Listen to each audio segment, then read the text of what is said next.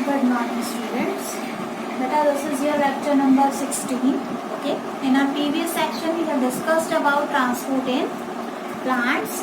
But किसका transport देखा था हमने? वाटर एंड मिनरल्स का देखा. ठीक है. आज देखेंगे ट्रांसपोर्ट इन प्लांट्स, लेकिन किसका? फूड का. ठीक है. और वो टिश्यूज जो वाटर एंड मिनरल्स या किसी भी चीज की ट्रांसपोर्ट करवाते हैं प्लांट्स के अंदर, उनको क्या नाम दिया था हमने? वेस्कुलर टिश्यूज कहा. ठीक है. तो अभी तक जो हमने पढ़ा है, लेट्स रिवाइज समथिंग. हमने अभी तक क्या पढ़ा है कि in case of plants water and minerals are transported through xylem. ठीक है. Water and mineral is transported through xylem vessel. ठीक है ना. और जाइलम में भी बेसिकली किससे होता है? जाइलम वेसल्स से होता है. आगे बात समझ में? ठीक है. इसके अलावा हमने पढ़ा कि जो मूवमेंट होता है वो किसके थ्रू होता है? जाइलम वेसल के थ्रू होता है. बेसिकली कौन रेस्पॉन्सिबल होता है? Transpiration pull is responsible. क्या होता है ट्रांसपीरेशन पुल? लगातार जो है इवोपरेशन की वजह से एक सक्शन पुल जो डेवलप होता है जाइलम वेसल्स के अंदर, उसको क्या कहते हैं हम? ट्रांसपीरेशन पुल कहते हैं. आई बात समझ में? ठीक है.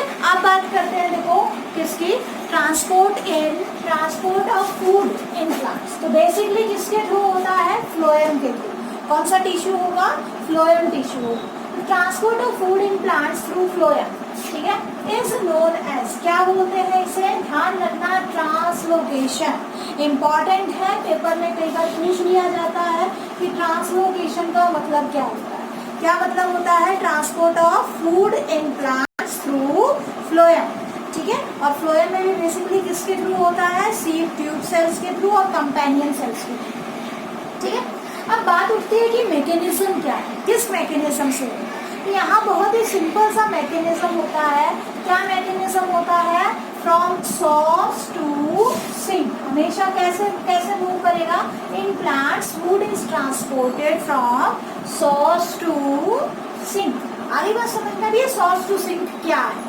देखो, सोर्स का मतलब जहां से कोई चीज आ रही है ना.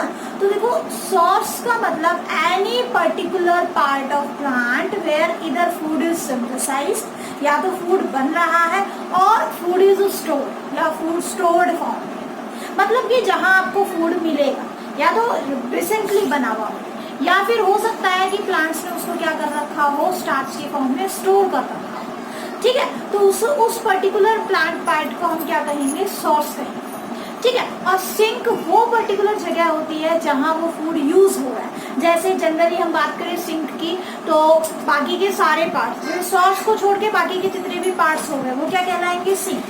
और सोर्स और सिंक बेटा कभी भी जो है फिक्स नहीं है. ठीक है. It depends upon season. Season पे डिपेंड करता है कि एक प्लांट में सोर्स क्या है और सिंक क्या है. जैसे देखो, अगर हम बात करें विंटर सीजन या ऑटम सीजन, ठीक है, पतझड़ की बात करो या सर्दियों की बात हम करें, उस टाइम पे क्या होता है? प्लांट क्या करते हैं? अपने सारे के सारे लीव्स को नीचे गिरा देते हैं. ठीक है. तो देखो, उस केस में उन्होंने जो फूड स्टोर किया हुआ है वो उस फूड को क्या करेंगे? यूज करेंगे. ठीक है ना. जो फूड उन्होंने स्टोर किया हुआ, अब जनरली फूड कहाँ स्टोर होता है? रूट्स के अंदर. ठीक है. तो विंटर में या ऑटम में जो फूड है that is stored in the roots of the plant, that's why roots act as source. और अगर हम बात करें किसकी? स्प्रिंग सीजन की या रेनी सीजन की, जिस टाइम पे अबंडेंट अमाउंट में हमें लीव्स मिल रही हैं, तो ऑब्वियसली आपको पता है फोटोसिंथेसिस कहाँ होती है? लीव्स में होती है. और फोटोसिंथेसिस में क्या बनता है? ग्लूकोज बनता है ना. तो उस केस में सोर्स का काम क्या करेगा? लीव्स करेंगे. और सिंक क्या होंगे? Other parts of plant. ठीक है. और लीव्स को छोड़ के बाकी जितने पार्ट्स है वो सारे, चाहे रूट है, स्टेम है, ब्रांचेस हैं, एवरीथिंग, वो किसका काम कर रही है? सिंक का काम. तो देखो, जहाँ कोई चीज बनती है वो सोर्स, और जहाँ जिसकी जरूरत है वहां सिंक. और कंसंट्रेशन ग्रेडियंट के अकॉर्डिंग क्या होती है? मूवमेंट. ठीक है ना. कंसंट्रेशन ग्रेडियंट क्या है?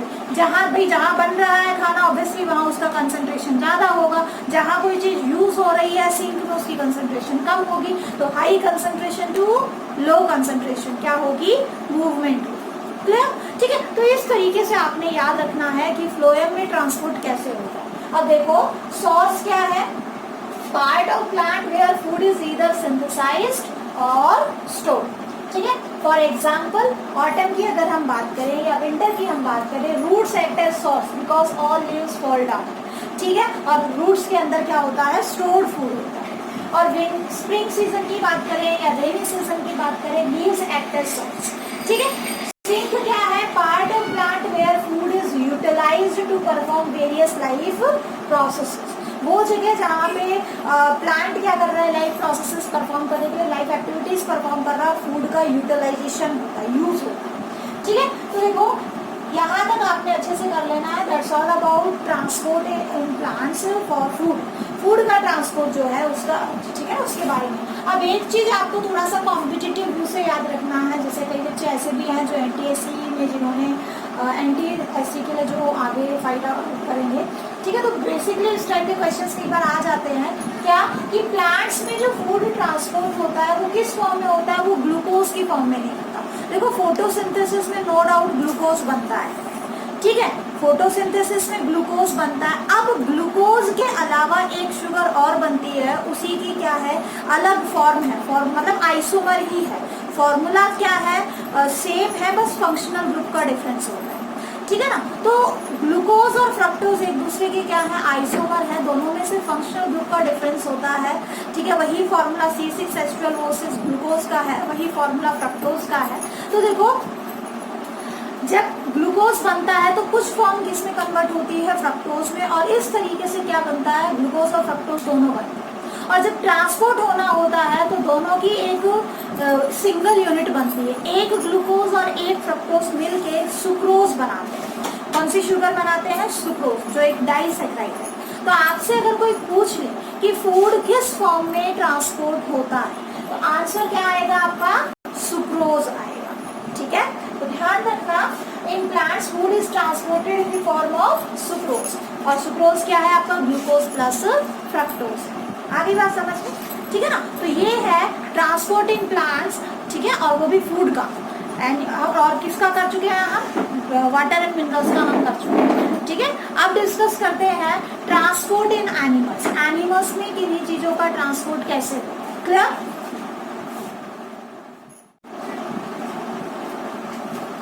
नाउ ट्रांसपोर्ट इन एनिमल्स। ठीक है, एनिमल्स में ट्रांसपोर्ट कैसे होती है? तो देखो एनिमल्स में क्या होता है? एक वेल डिफाइंड सर्कुलेटरी सिस्टम होता है।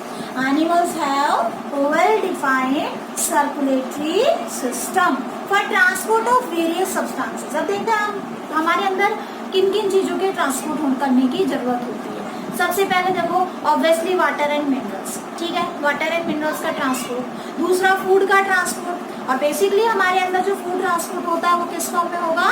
ग्लूकोज के फॉर्म। ठीक है, उसके बाद नेक्स्ट और किसके ट्रांसपोर्ट की जरूरत पड़ेगी? वाटर के साथ मिनरल्स हो गया। ठीक है, मिनरल्स में आपके बहुत सारे आयंस हो गए। ठीक है, आयंस जैसे कि calcium ion, magnesium ion, potassium ion, sodium ion, bicarbonate ion. ठीक है, ये आयंस हो गए, ये मिनरल्स का काम कर रहा है। इसके अलावा और किसकी जरूरत होती है? फूड और वाटर एंड मिनरल्स की ट्रांसपोर्ट के अलावा देखो एनिमल के केस में हॉर्मोन्स की भी ट्रांसपोर्ट होती है। हालांकि होता प्लांट्स में भी है, ठीक है ना, वहाँ अलग मैकेनिज्म है। तो हॉर्मोन्स की ट्रांसपोर्ट क्या होते हैं? हॉर्मोन्स कुछ केमिकल्स होते हैं जो बेसिकली कोई पर्टिकुलर फंक्शन परफॉर्म करवाते हैं। नेक्स्ट चैप्टर हमारा पूरा हॉर्मोन्स पे है, फाइटो हॉर्मोन्स और एनिमल हॉर्मोन्स सभी आ जाएंगे उसमें। ठीक है ना, तो अगर हम बात करें केमिकल्स हैं वो जैसे हॉर्मोन्स की फॉर्म में हो गए। ठीक है, इसके साथ साथ एक्सक्रीटरी वेस्ट का भी ट्रांसपोर्ट होता है। ठीक है, प्लस क्या क्या होता है? Respiratory gases. ठीक है, रेस्पिरेटरी गैसेस भी ट्रांसपोर्ट करने के लिए हम क्या है? एक पर्टिकुलर सिस्टम है। तो देखो हमारी बॉडी में किस किस का ट्रांसपोर्ट हो रहा है? Water, minerals, food, hormones, excretory waste. अब एक्सक्रीटरी वेस्ट क्या होगा? यूरिया हो गया। देखो हर सेल क्या कर रही है? एक इंडिविजुअल, जैसे एक ऑर्गेनिज्म के आप फंक्शन देख रहे हो ना, एक्चुअल में हर सेल इंडिविजुअली काम कर रही है। हर सेल रेस्पिरेशन करती है, न्यूट्रिशन करती है, और हर सेल एक्सक्रीटरी वेस्ट भी प्रोड्यूस करती है। और वो सारा एक्सक्रीटरी वेस्ट इकट्ठा होके, ठीक है ना, हमारे ब्लड के थ्रू हमारे एक्सक्रीटरी सिस्टम तक पहुंचता है, और तब हम उसको एक्सक्रीट आउट करते हैं। तो हर सेल से एक्सक्रीटरी वेस्ट भी कलेक्ट किया जा रहा है। ठीक है, आगे बात समझ में, क्योंकि देखो अगर एक्सक्रीटरी वेस्ट कलेक्ट नहीं करेंगे तो पुरानी चीज नहीं हटाएंगे तो नई चीज कहाँ से आएगी? ठीक है, तो इसलिए जो एक्सक्रीटरी वेस्ट है उसको निकाला जाता है, और जो फूड है वो क्या किया जाता है?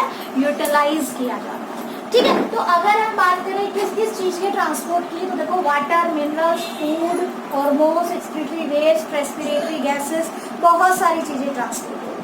ठीक है, अब ह्यूमन बींग्स की बात करते हैं। देखो ह्यूमन बींग्स में बेसिक, देखो हम बेसिकली हायर मोस्ट एनिमल्स में आता है, तो हम ह्यूमन बींग्स का भी एग्जाम्पल लेके चलते हैं। तो देखो सर्कुलेटरी सिस्टम के अंदर क्या क्या होता है ह्यूमन बींग्स के अंदर। एक तो आपको मिलेगा ब्लड, एक मिलेंगे ब्लड वेसल्स और एक हार्ट। यानी हमारा जो कंप्लीट सर्कुलेटरी सिस्टम है या जो ट्रांसपोर्ट सिस्टम है उसके तीन हिस्से हैं, तीन कंपोनेंट्स, ब्लड, ब्लड वेसल्स और हार्ट। अब ब्लड क्या है, देखो हम हर एक को डिटेल से पढ़ेंगे, बट ये मान के चलिए आपको कोई चीज एक जगह से दूसरी जगह पहुंचानी है। ठीक है, आपको कोई एक चीज दूसरी जगह से, एक जगह से दूसरी जगह पहुंचानी है। हम एग्जांपल ले लेते हैं, मान लो ये कोई है आपकी बस, ठीक है, ये कोई है बस और इस बस में क्या बैठी हुई है, पैसेंजर्स है। ठीक है, और बस क्या कर रही है, मूव करके जा रही है एक जगह से दूसरी जगह। ठीक है, बस क्या है, मूव करके जा रही है एक जगह से दूसरी जगह। ठीक है ना, और इस बस की जो स्पीड है दैट इज ऑल्सो कंट्रोल। वो स्पीड क्या है, बढ़ सकती है, घट सकती है। ठीक है, जनरली हमें जल्दी पहुंचाने के लिए स्पीड बढ़ानी ही पड़ेगी। ठीक है, तो देखो होता क्या है, ब्लड क्या है, ब्लड एक ऐसा मीडियम है, ब्लड एक ऐसा मीडियम है जो जिसमें ये सारी चीजें प्रेजेंट है। ब्लड एक ऐसा लिक्विड है जिसमें आपका वाटर है, मिनरल्स है, फूड है, हार्मोन्स है, एक्सक्रीटरी वेस्ट है, रेस्पिरेटरी गैसेस है, everything is present in blood. Blood वो मीडियम है जो एक जगह से दूसरी चीजों को पहुंचाता है। ठीक है, और ये जो ब्लड वेसल्स है ना, ये ब्लड वेसल्स एक कैरियर का काम कर रही है। जैसे यहाँ पे ब्लड को बिठा के बस लेकर जा रही है, ब्लड को बिठा के, मतलब कि ब्लड वेसल्स क्या है, कुछ ऐसे पाइप्स है, ठीक है ना, पाइप लाइक स्ट्रक्चर्स होते हैं जो पूरी बॉडी में फैले हुए हैं ताकि ब्लड इधर उधर मूव ना करे, एक पर्टिकुलर डायरेक्शन में वो मूव करे। ठीक है, तो ब्लड वेसल्स क्या होती है, छोटी छोटी पाइप्स होती है। तो ब्लड वेसल्स की बात हम करेंगे। ठीक है, और हार्ट क्या है, देखो अभी हमने पढ़ा कि अपने आप तो देखो ब्लड जाएगा नहीं, ऑब्वियसली हमारा हार्ट जो है राइट हैंड साइड में और यहाँ पे सॉरी लेफ्ट हैंड साइड में थोरेसिक कैविटी में प्रेजेंट है, हमारे लंग्स के बीच में। तो अब ब्लड, और ठीक है नीचे की तरफ तो चल के ऊपर कैसे जाएगा, ठीक है, और एक बार नीचे चला गया तो वापस कैसे आएगा, रोज नया ब्लड थोड़ी ना डालोगे, जो ब्लड है वही घूमता रहेगा पूरी बॉडी में। ठीक है, तो जो पाइप है वो नीचे की तरफ भी ले जा रही है ब्लड को और ऊपर भी ला रही है, तो ऑब्वियसली एक प्रेशर की जरूरत है, और उस प्रेशर को क्रिएट करने के लिए क्या होता है, हार्ट। हार्ट क्या है, पंपिंग ऑर्गन है। हार्ट का कोई काम नहीं, हार्ट का सिर्फ एक काम होता है, लगातार पंपिंग ऑफ ब्लड करना। ब्लड को एक मोटर की तरह बस पंप किए जा रहा है, किए जा रहा है, किए जा रहा है थ्रू आउट द लाइफ। आगे बस समझ में, तो heart is a muscular pumping organ in your body. ठीक है, तो these are basically three components of and circulatory system in case of animals. ठीक है, एक बार स्क्रीनशॉट ले लो इसका। देखो स्टार्ट करते हैं ब्लड से। ठीक है, ब्लड क्या होता है, फ्लूइड कनेक्टिव टिश्यू, यानी ऐसा टिश्यू जो चीजों को कनेक्ट कर रहा है। आपने 9th क्लास में पढ़ा होगा, लिक्विड है। ठीक है, लिक्विड कनेक्टिव टिश्यू है, तो it is known as fluid connective tissue. ठीक है, उसके बाद इसका जो पीएच होता है 7.4 होता है, दैट इज स्लाइटली एल्कलाइन। ठीक है, जहां तक बात है इसके कंपोनेंट्स, तो देखो कंपोनेंट्स में बेसिकली दो चीजें आपको मिलेंगी। एक तो वो हिस्सा जो लिक्विड है, ठीक है, वो हिस्सा जो लिक्विड फॉर्म में है, जो लिक्विड फॉर्म में है उसको बोलते हैं ब्लड प्लाज्मा। और एक क्या है कि उस लिक्विड में कुछ चीजें पड़ी हुई हैं, कुछ सॉलिड चीजें पड़ी हुई हैं, जिनको क्या कहते हैं, फॉर्म्ड एलिमेंट्स। ठीक है, solid substance present in blood plasma. क्या लिखोगे इसको, solid substance present in plasma. Blood plasma में जो सॉलिड चीजें होती है। ठीक है, अब जो लिक्विड फॉर्म है उसमें चीजें घुली हुई है। जो लिक्विड फॉर्म है यानी कि जो प्लाज्मा है उसमें डिजोल्व स्टेट में क्या है, बहुत सारी चीजें। तो ऑब्वियसली डिजोल्व करने के लिए क्या मिलेगा, एक तो वाटर मिलेगा। ठीक है, तो 90 ब्लड प्लाज्मा पूरे ब्लड का 55 to 60% होता है और फॉर्म्ड एलिमेंट्स कम होते हैं 45 to 40%। ठीक है। अब देखो जो ब्लड प्लाज्मा है, ठीक है ना, इसमें बेसिकली 90 to 90% ऑफ प्लाज्मा। इसको लेके कंफ्यूज मत होना, यहाँ 50 to 60 कैसे आ गया और यहाँ 90। इसका 90 to 90%, 95% क्या मिलेगा आपको?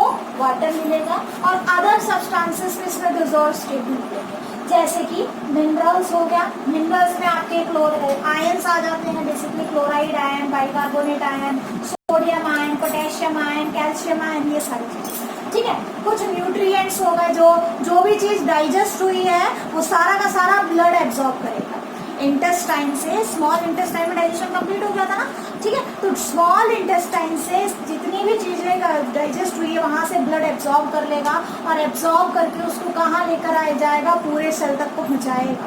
तो जो चीजें डाइजेस्ट हुई थी, ऑब्वियसली हमारा कार्बोहाइड्रेट ग्लूकोज में टूटा था, हमारा जो फैट है वो फैटी एसिड प्लस ग्लिसरॉल में टूटा था, जो प्रोटीन है वो अमीनो एसिड में टूटा था। तो सिंपल फूड मटेरियल न्यूट्रिएंट्स वो प्रेजेंट होंगे, glucose, fatty acid, amino acid, ये सारी चीजें, ठीक है। इसके अलावा आपको कुछ प्रोटीन भी मिलेंगे, जैसे कि एल्ब्यूमिन प्रोटीन हो गया, फाइब्रिनोजन हो गया, ये प्रोटीन का अलग रोल है। हीमोग्लोबिन प्रोटीन हो गए, ठीक है, इनका अपना अलग रोल होता है। जैसे फाइब्रिनोजन है, ब्लड क्लॉटिंग में हेल्प कर रहा है, ठीक है ना। इसके अलावा जो है एल्ब्यूमिन प्रोटीन का अपना अलग रोल होगा। इम्यूनोग्लोबिन हमें डिफेंस सिस्टम प्रोवाइड कर रहे हैं। तो कुछ प्रोटीन्स होते हैं जिनका अपना अलग रोल है। आगे बात समझ में, ठीक है।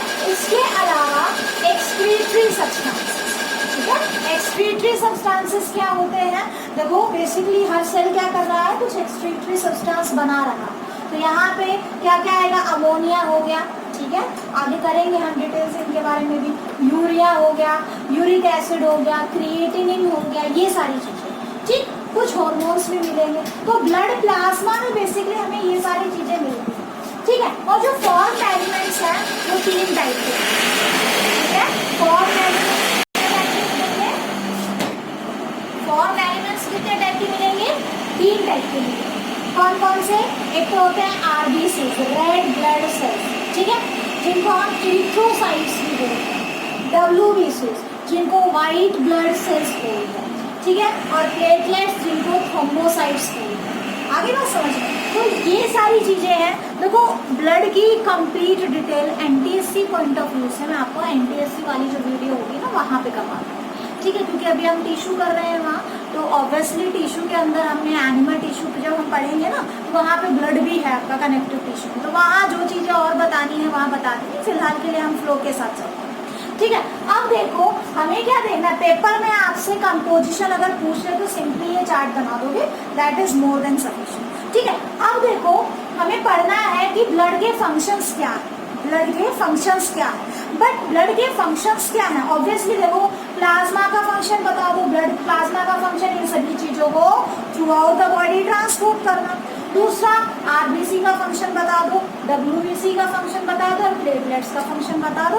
2-4 फंक्शन ब्लड के हम इकट्ठे जो होते हैं वो बता देंगे, काम कंप्लीट है ना। तो बात करें अगर हम ब्लड के फंक्शंस, ठीक है, तो ब्लड के फंक्शंस में देखो बेसिकली ब्लड प्लाज्मा, देखो मैं बार बार नहीं बताऊंगी, ब्लड प्लाज्मा का काम होता है इन सभी चीजों का ट्रांसपोर्ट करना एक जगह से दूसरी जगह। आरबीसी का काम क्या होता है?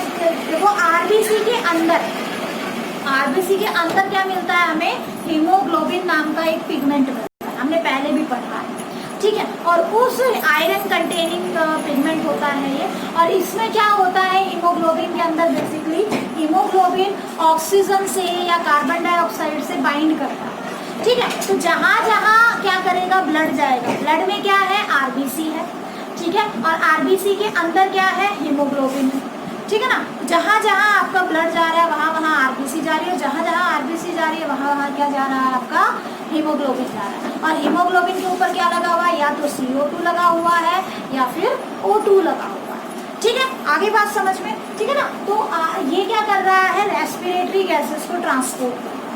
अच्छा, डब्ल्यूबीसीज का काम क्या होता है? डब्ल्यूबीसीज का काम होता है हमें इम्यूनिटी प्रोवाइड करना। डब्ल्यूबीसीज भी आगे चल के फिर 2 टाइप की होती है, ग्रैन्युलोसाइट, ए ग्रैन्युलोसाइट, फिर उनकी अलग टाइप्स होती है, ठीक है। तो इओसिनोफिल, बेसोफिल, न्यूट्रोफिल, ये सारी चीज़ें होती है, बट वो सब हम डिस्कस नहीं करेंगे, ठीक है। प्लेटलेट्स क्या है? प्लेटलेट्स फ्रेगमेंट्स ऑफ सेल्स होते हैं, ठीक है, जो बेसिकली ब्लड क्लॉटिंग में हेल्प करते हैं। ब्लड क्लॉटिंग का मतलब हमारे खून का जमना।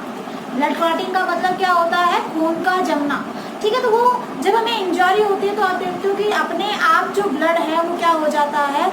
क्लॉट कर जाता है, इकट्ठा हो जाता है। क्यों? ऐसा क्यों? क्योंकि ये एक डिफेंस मैकेनिज्म है हमारी बॉडी का कि जब भी हमें चोट लगती है तो loss of water, loss of blood है वो एक्सट्रीम ना हो जाए, ठीक है।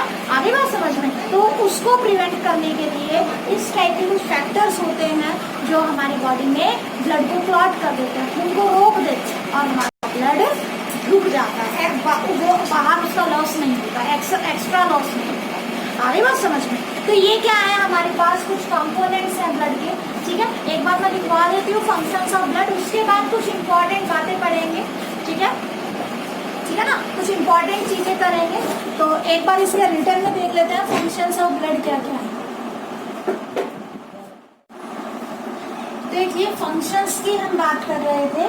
फंक्शंस में क्या क्या होता है? देखो सबसे पहले अभी मैंने बताया था कि blood plasma transport various substances, है ना, like water, minerals, nutrients, hormones, excretory waste etcetera throughout the body, पूरी बॉडी में ट्रांसपोर्ट, ठीक है। नेक्स्ट फंक्शन क्या है बेटा? आरबीसी जो है, आरबीसी में क्या होता है? आयरन कंटेनिंग पिगमेंट होता है, ठीक है, जिसकी वजह से इसका कलर कैसा होता है? रेड होता है, ठीक है। लिखवाएंगे ये सारी चीजें, फिक्र मत करिए इस चीज की, ठीक है, don't take tension about that. Pigment है जो रेड, जिसकी वजह से ब्लड का कलर रेड होता है, हीमोग्लोबिन, ठीक है। और ये क्या करता है? विच transport respiratory gases through out the body, पूरी बॉडी में जो है रेस्पिरेटरी गैसेस को ट्रांसपोर्ट करने का काम किसका होता है? हीमोग्लोबिन का। और हीमोग्लोबिन किसके अंदर होता है? रेड ब्लड सेल्स के, ठीक है। उसके अलावा WBC जो है वो आर्मी ऑफ बॉडी है। आर्मी ऑफ बॉडी यानी कि प्रोटेक्शन का काम करता है and provide defence to our body from various diseases. Immunity हमें प्रोवाइड करता है, ठीक है। इसके अलावा अगर हम बात करें प्लेटलेट्स की, तो ये क्या होते हैं? फ्रेगमेंट्स ऑफ सेल्स होते हैं, ठीक है, जो अपने अंदर से कुछ पर्टिकुलर केमिकल रिलीज करते हैं, ठीक है।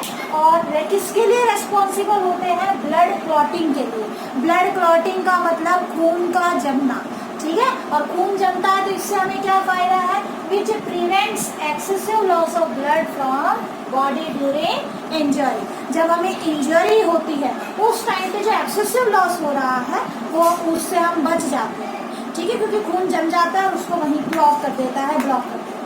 आगे बात समझ में? ठीक है। आज के लेक्चर में इतना ही करवा देते हैं बेटा।